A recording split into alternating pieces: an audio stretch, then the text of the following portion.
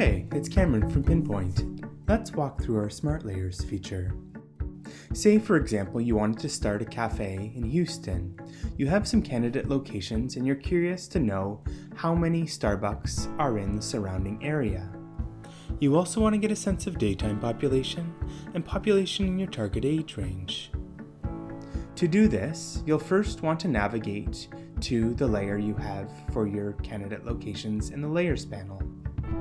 Identify the layer in question and open its attribute table. Once the attribute table is open, select Smart Layers and then Add Smart Layer. Here, you'll be able to add in a smart layer for any of the variables in your demographic, points of interest, or layers panels. We'll select daytime population within 3 miles of all of our candidates. You'll see I change the title and then I adjust the mile ring. I hit confirm when I'm finished, and then I can watch the figures load in. While I'm waiting, I can load in a second smart layer. I'll click back on the Smart Layers button, hit Add Smart Layer, and this time I'm going to add in a smart layer for population between the age of 18 and 50. I'll rename that smart layer.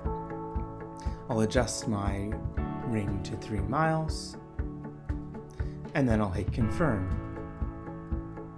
Again, the figures will load into the chart.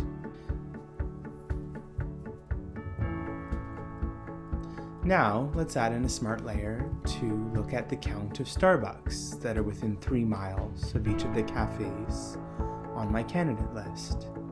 I'll retitle the layer, and then I'll toggle on to points of interest, select a 3-mile ring, and change the POI to Starbucks. I hit confirm, and then I see the counts of Starbucks within 3 miles loading in. I can also load in the proximity to each of the nearest Starbucks. I'll adjust the title here to nearest Starbucks. I'll use drive minutes as my calculation. And then I'll adjust the type of point of interest calculation to drive minutes, change my POI to Starbucks, hit confirm, and you'll see the results start to load in. Once all the figures have loaded in, I'll be able to sort by each of the headers to see, for example, which of these locations has the highest daytime population, the highest population in the age range that I've selected, or perhaps the one that has the most competitors within a certain distance. I could even then export this data outside of PiinPoint and do some more sophisticated analysis of just which site is best suited to my next cafe location.